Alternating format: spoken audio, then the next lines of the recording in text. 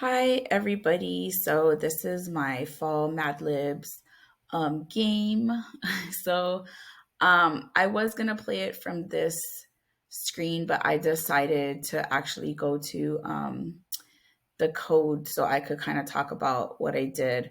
So I'll play it over here on this screen. So basically, for my game, I decided to go with having a sprite.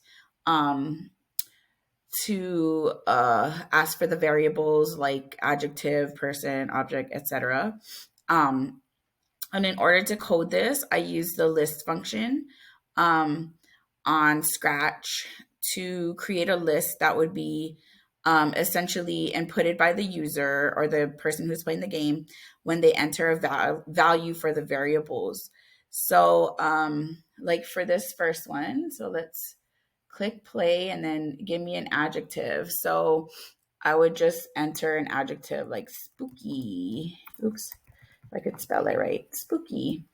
And then give me the name of person. I'm just gonna put my son, one of my son's names.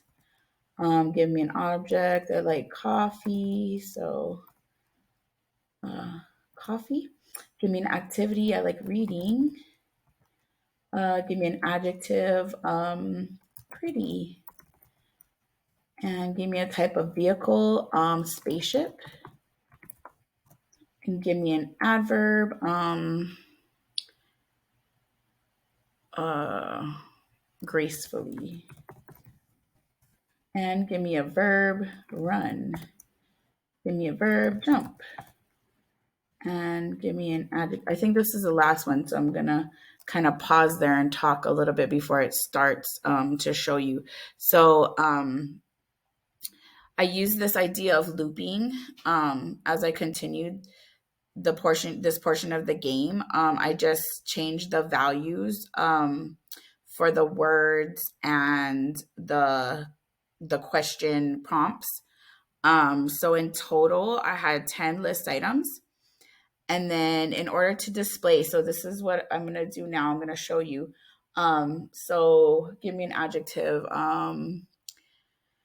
creepy, and then it'll start. Once I enter this value right here, it'll display my story. So we'll go ahead and watch that.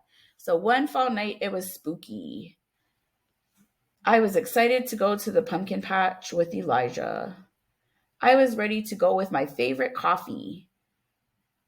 I was most excited for the reading. I heard it was really pretty. When we got to the pumpkin patch, we rode on a spaceship. Then we got to pick our pumpkins gracefully. I wanted my pumpkin to run.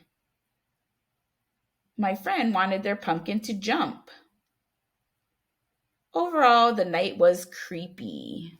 So, the way I kind of had that happen was I broadcasted ready, and then once that part of the code was done, then it indicated that it could go ahead and display the story. So, in order to display the story, I used an operator, which was joining the text that I had written in the story to the word that I had inputted, or the person that would input the word.